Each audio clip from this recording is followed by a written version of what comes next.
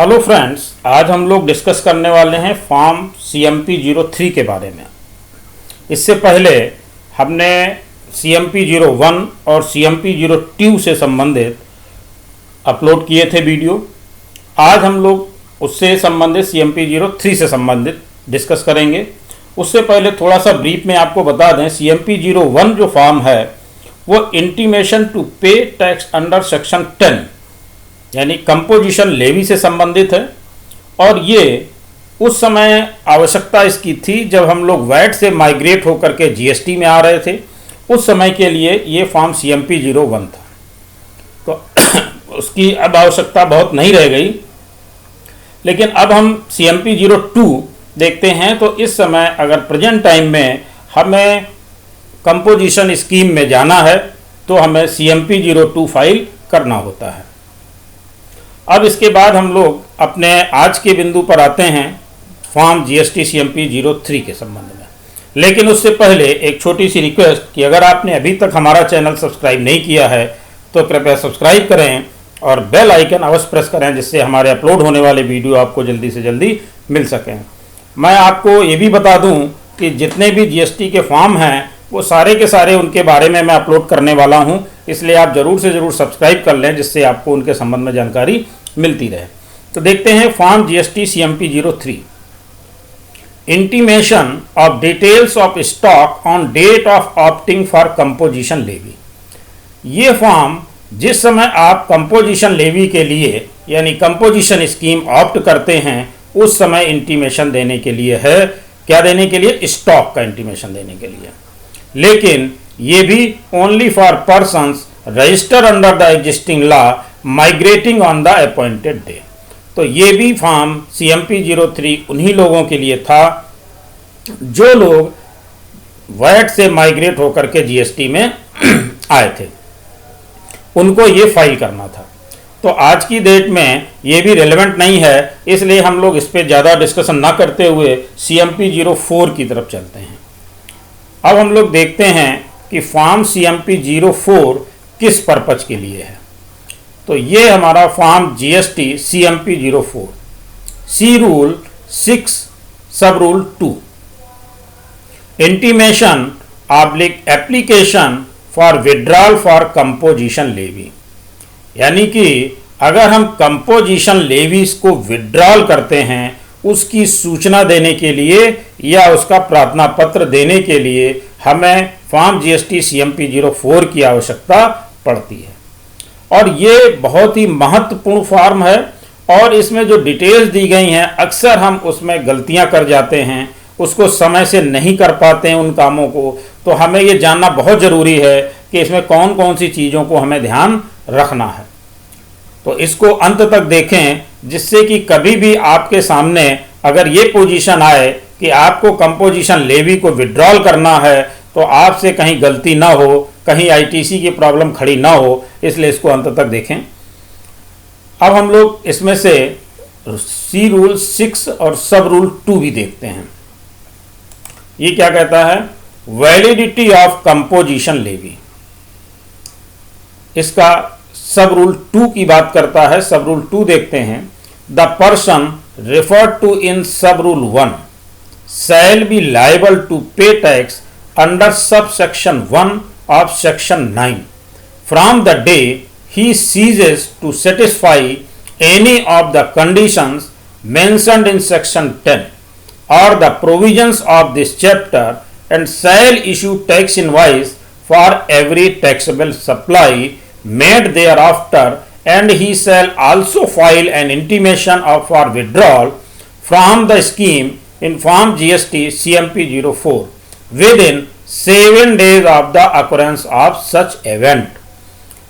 इसमें ये बताना चाहते हैं कि आपने कंपोजिशन स्कीम ले रखी है, लेकिन किसी कारण से जो कंपोजिशन लेवी की स्कीम के सेक्शन और रूल को फॉलो ना करता हो, कोई हमारे द्वारा ऐसा काम किया जाए जो उसकी लिमिटेशंस हैं उनको ना पालन कर पाएँ, ऐसी कंडीशन में हम कंपोजिशन स्कीम से बाहर आ जाएंगे।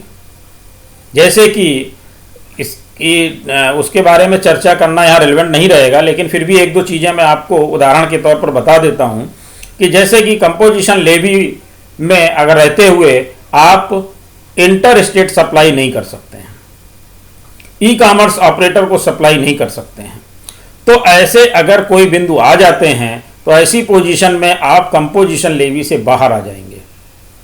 और उस पोजीशन में आपको ये तथ्य जरूर ध्यान रखने पड़ेंगे, जैसे कि टर्नओवर लिमिट अगर आप क्रॉस करते हैं तो भी आप कंपोजिशन लेवी से बाहर आ जाएंगे। तो ऐसी कंडीशन में आपको ये ध्यान रखना है कि विद इन 7 डेज आपको CMP 04 फाइल करना है।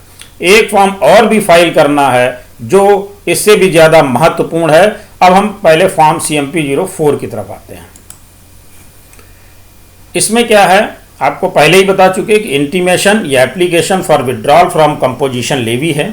इसमें आपका GST नंबर, legal name, trade name, address और principal place of business, category of registered person, किस कैटेगरी में आप रजिस्टर्ड थे, मैन्युफैक्चरर, सप्लायर या any other supplier eligible for composition levy, जो भी कंपोजिशन लेवी के लिए एलिजिबिलिटी थी उसके अंतर्गत। इसके बाद nature of business, date from which withdrawal from composition scheme is sought, कब से आप कंपोजिशन स्कीम से बाहर आ रहे हैं, विड्रॉल कर रहे हैं, उसका आपको यहाँ पर डेट मेंशन करना है, अपना ज्यूरिसडिक्शन मेंशन करना है, सेंटर और state, reasons for withdrawal from composition scheme, यहाँ पर आपको ये बताना है कि किस कारण से हम कंपोजिशन स्कीम को विड्रॉल कर रहे हैं।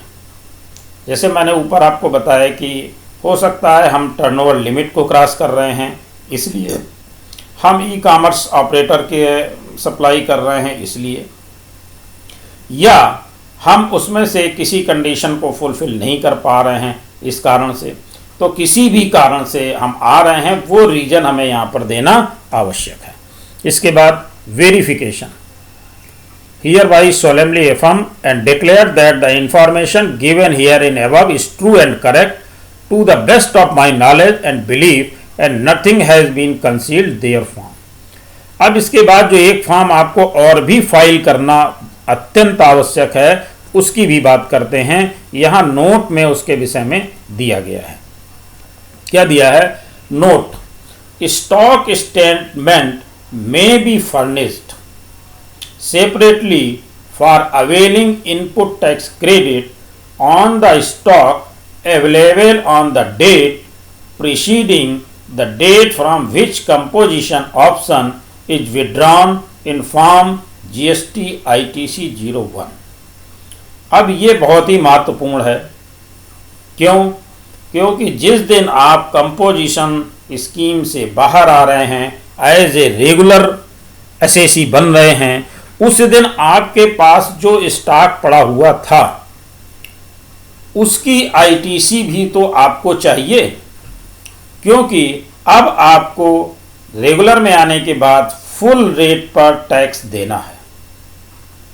मान लीजिए आपका 12, 18, 28 किसी भी पे है, तो अब आपको वो रेट टैक्स चार्ज करना पड़ेगा। और आप उस दिन से, जिस दिन आप कंपोजिशन स्कीम को छोड़ देंगे, उसके बाद से आप टैक्स इनवॉइस जारी करना शुरू कर देंगे। तो जब टैक्स इनवॉइस जारी करेंगे तो उसमें आप फुल टैक्स चार्ज करेंगे, ना कि 1%। तो अब जो आपके पास उस समय स्टॉक बचा उसकी स्थिति क्या होगी? इसका मतलब ये है कि उस स्टॉक की आईटीसी आपको चाहिए। तो आईटीसी आपको उसकी कैसे मिलेगी? वो मिलेगी फॉर्म GST ITC 01 फाइल करने पर। तो हमें जब भी कंपोजिशन स्कीम से बाहर आना है तो इस बात का विशेष ध्यान रखना है कि हमें 7 दिन के अंदर CMP 04 फाइल कर देना है, और उसके बाद हमें अपने स्टॉक का कैलकुलेशन चेक करना है और फॉर्म GST ITC 01 की जो शर्तें हैं उनको पूरा करना है। उसके आधार पर ही हमें जो स्टॉक हमारे पास पड़ा हुआ है उसकी आईटीसी मिल पाएगी। अदरवाइज वो आईटीसी हमारी सीज हो जाएगी, उसकी आईटीसी का हम कोई लाभ नहीं ले पाएंगे, जबकि हम उसको पीछे टैक्स दे करके आए हुए हैं। तो मेरा ख्याल है ये आपको क्लियर हो गया होगा। अगर इससे संबंधित कोई क्वेरी हो या मैं कोई चीज़ छूट गई, मेरे से छूट गई हो, तो आप कमेंट में मुझे बता सकते हैं, मैं उसका आंसर देने का प्रयास करूँगा।